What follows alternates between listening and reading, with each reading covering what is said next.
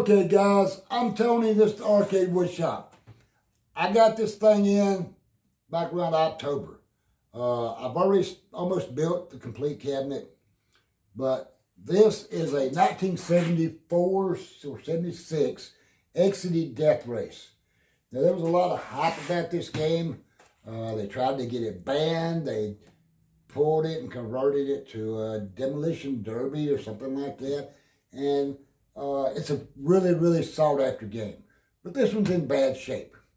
Now what I wanted to do is do a series of videos that teaches you how to make each piece for this game. And I mean each and every piece. It's not going to be you watching me use a table saw and I'm cutting the parts and I'm assembling them and here it is, it's done. No, we're going to go in step by step, piece by piece. I'm going to try to give you the measurements. So if you wanted to build one by yourself or for yourself, you should be able to do that. It's going to be really tricky.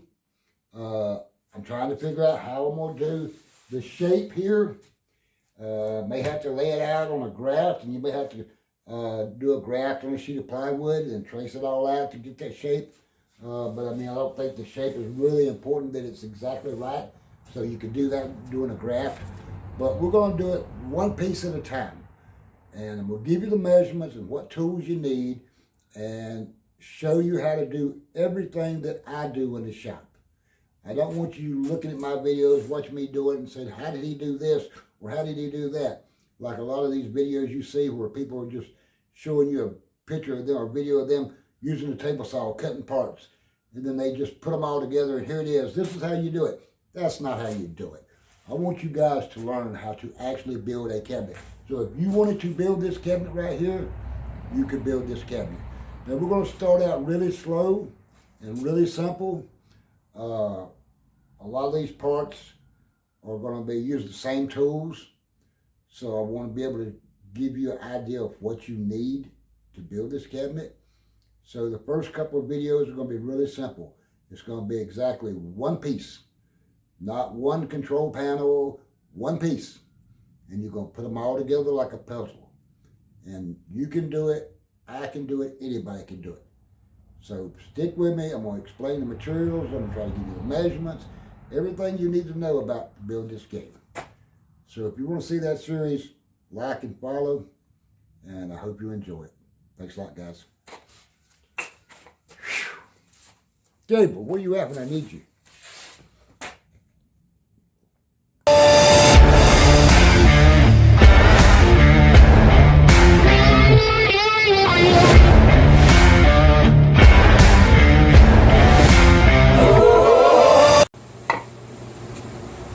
Okay guys, I'm Tony, this is the Arcade Wood Shop.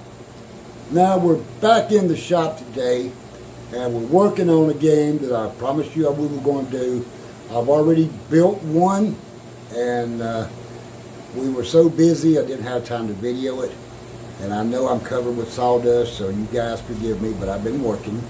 But today we're going to work on the Death Race cabinet. And I've already built one, and the original cabinet was really, really bad. And so a lot of it was work from scratch, figure out what they had intended, and compare notes with other people who own these cabinets. And I think we've got a really good build on this. Today we're going to start out building the pedal section, the gas pedal section for the cabinet. And the reason we're doing that, I got two reasons.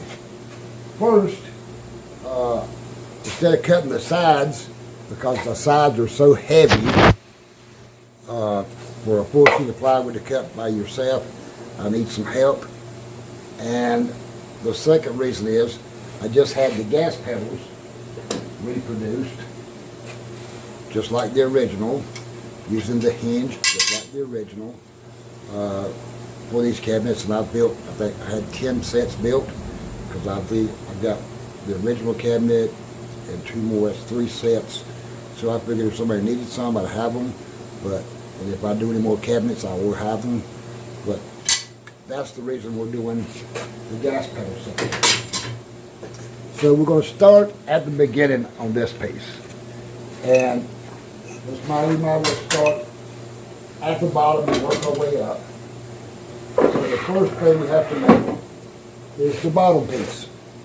Now I've already cut those on the table saw. I think everybody knows how to use the table saw to cut them. And I cut them, and the exact measurements on that bottom piece are 12 inches wide, to be 29 and a half inches long, and that's what it is, 29 and a half inches long. Now this one right here, I used commercial grade maple plywood. This is the same thing I build the cabinet control panels out of, but for these two, this one's going to a collector's private collection, but one of these is actually going to an actual arcade. Well, the Carolina Arcade Museum, like the banner I've got hanging up over here, is going there. So people will be able to go there and play that game. So I decided to go with a Baltic birch plywood. Let me give you an idea. It already has a finish on it. This is really nice stuff, really heavy. It's got 1, 2, 3, 4, 5, 6, 7, 8, 9, 10, 11, 12. It's got 12 layers of wood underneath here. There's layers. So this is really heavy, really solid. You can't damage it really easy. It holds up good to moisture. So if you're mopping the floors in the arcade, you don't have to worry about the moisture. This is the same thing that they use on boats. This is like a marine plywood. So we decided to go with that just because of what it is. Even though it has a finish on it, it will be painted. So that's not going to matter. And it's really, really smooth. Just less work on me. But first of all, you needed to cut this to size. Then you have to cut out these notches. Now these notches are designed to slide into the cabinet. But there's blocks on the side of the cabinet to hold the cabinet together. So you have to knock out those blocks. So you can actually go here and measure this and say, okay, we need to mark it down 2 1/4 inches. And take our pencil and make a mark and square it off. Then you figure that's going to be 3/4 of an inch. You measure over 3/4 of an inch, make your mark, and come all the way down. But what I've done is I use a marking gauge. And these are really handy because you don't actually have to make a measurement when you're just reproducing a part. You go here and say, okay, this needs to come down. So we'll slide that down. And there's a little lip on this marking gauge. And that little lip is going to hang over this. And then when you pull it up, that little lip will catch the edge of the wood there, and it'll give you a precise measurement. So then all you have to do is transfer that by putting it on the wood, pulling it, and you've got your mark. Same way when you do this recess here, instead of measuring it, you just put it up there, push it in, make sure it's squared up, use the long end of the marking gauge, push it in, and you have your mark, lock it down, do the same thing, transfer it to your cabinet piece. Do that on both sides. Then we have our marks, so we're going to cut those pieces out to match this. But that's a little hard to do. You can do it freehand, or you can do it with a skill saw, but it looks kind of cheap. So you want your lines to be crisp and sharp. So I built a jig to do it with my router. And all I did was take a piece of maple, cut me another piece and glued it together and checked it with my square to make sure I have a perfect 90-degree angle. And as you can see, that's dead perfect. And what we'll do is we will take this piece when it dries, put it on our marks, line it up, clamp it down, and then we'll use a template bit. Now a template bit is just like a flush trim bit. And many of you know what a flush trim bit is, but a template bit, let me see if I can find one right here. Where did that guy go?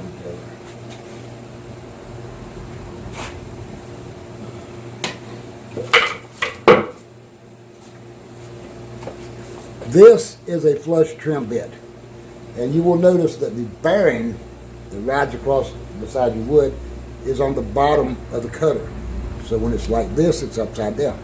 That will not work on this. You need a template bit, which is just the opposite.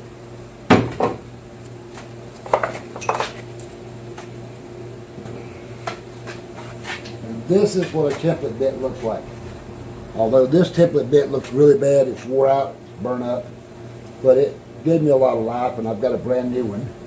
But the bearing is on the bottom here, because the bearing needs to ride against this fence that I've made, this guide. So that will work perfect, and it'll give you the perfect cut. It'll be straight, and it'll look good. It won't be wavy. So that's the way we're going to cut it. So stick around, and I'll clamp this thing in place, and we'll get her done.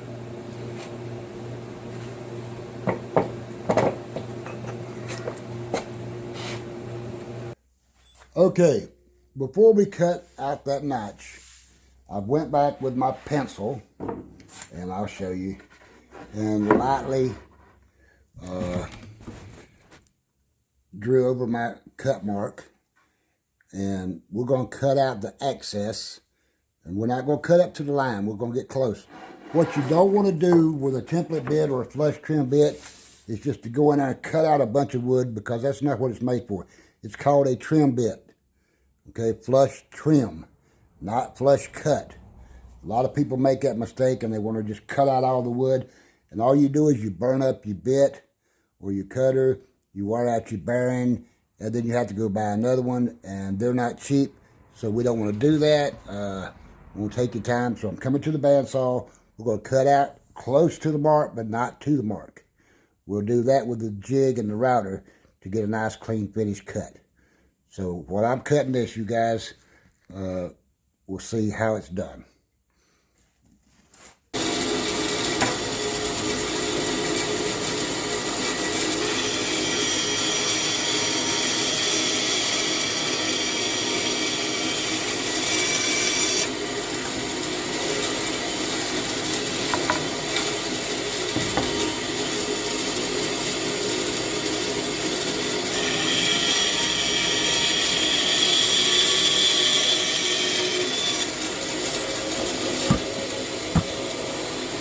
that.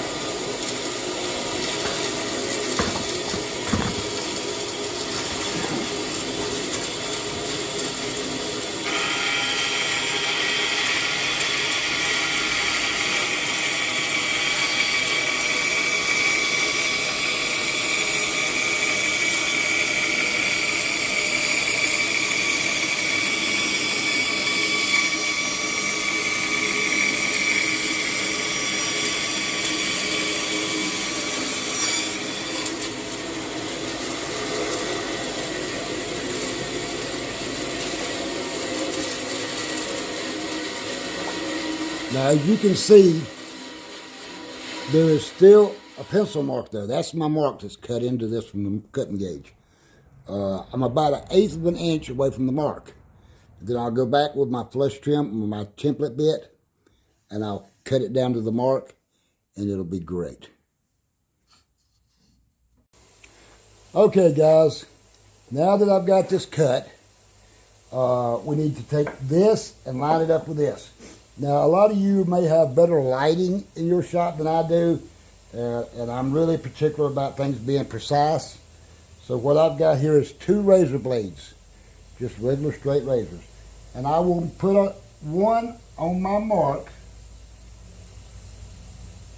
right here at an angle and kind of tap it in place. And I'll do the same thing on this end with my razor blade. I'll tap it into place at an angle. Be very careful not to cut yourself. I know a lot of people don't want to use razors. I don't mind using razors. Only because they're very sharp and they're very thin. They're thinner than a piece of paper. And then you can take your jig and place it there and line it up. And it'll be perfect, exactly where you wanted it. And then you go back and trust it. Now, you could clamp this. Okay, guys, now that I've got this cut, we need to take this and line it up with this.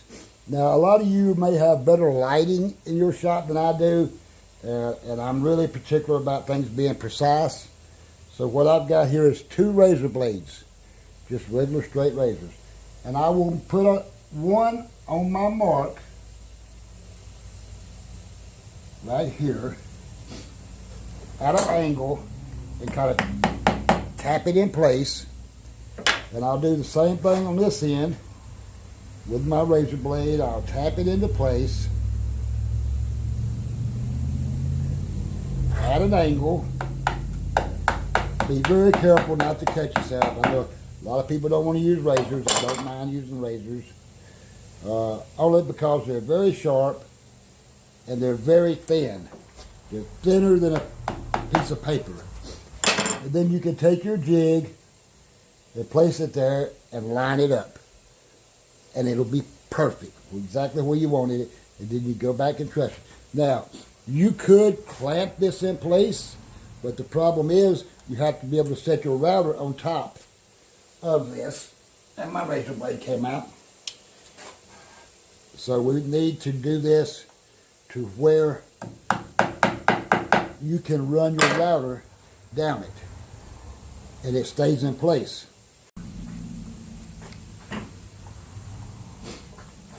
Okay, guys, as you can see, I've got my mark cut out here on the bandsaw. So what I want to do is take 2 razor blades, and you be very careful with razor blades, and put that right on that mark described by the marking gauge.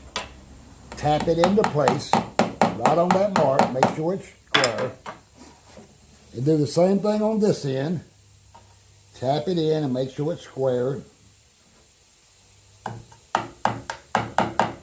So that way, when you take your template and you push it up there, you should be right on your mark. Right there. Now, you can't go and put clamps on this because your router has to run on this. You could actually, if you have a nail gun or a brad gun, shoot brads into it and hold it in place because it doesn't show. It's going to be on the very bottom of the cabinet and it leaves a really, really fine line or hole. But since I'm out of brads at the moment and I don't have any, we're going to try it a little differently. We're going to use double-sided tape. Okay, we have the double-sided tape. Now, this is some tape that I got at a surplus supply store. It's not really, really the best in the world. You could go and use some 3M double-sided tape, which works really good. This stuff here is not real thick, and it works. So I just use it since I got it for $10 a box. So, but double-sided tape is expensive. So we're going to get this laid out here, and you guys can see the operation.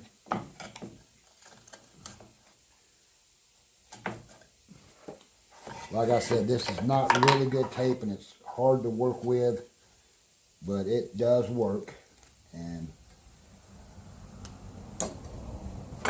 I don't recommend it.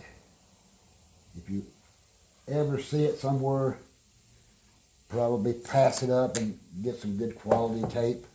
But it works in a bind when you're cheap. Peel the top layer off.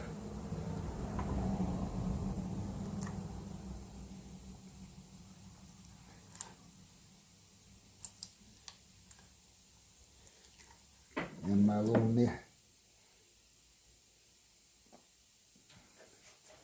Where did my other razor blade go?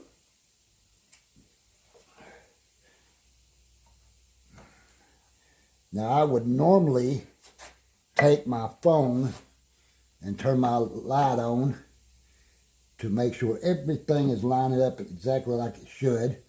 But since I'm doing the video and I don't have my phone, I'm having to double check everything best I can. And that looks about right. Check it with the gauge. And it's exactly where it should be.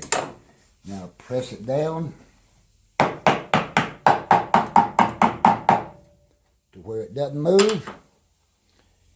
And then I'll get my router and we'll go to cutting. Okay, now that I've got that on there and it seems to be solid, I've got my template bit in my router and I've set the router up here and adjusted the height to where the bearing rides on the piece of maple and not the plywood.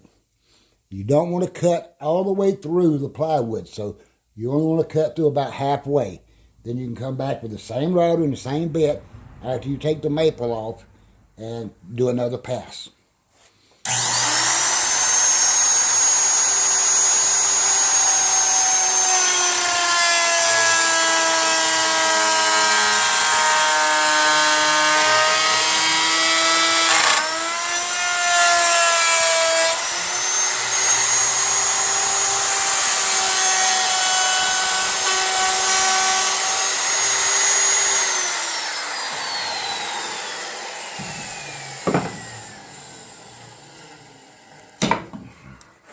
Well, that came off easier than I thought it would.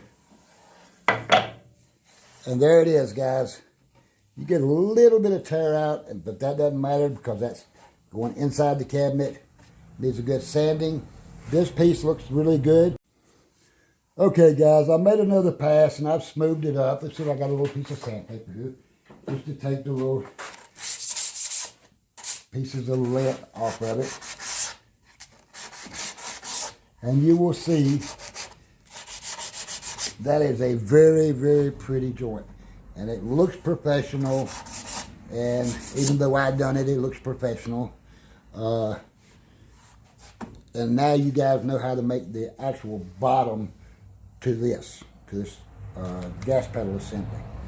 So I will go back and I will do another video to add to this on how to do the next pieces of it.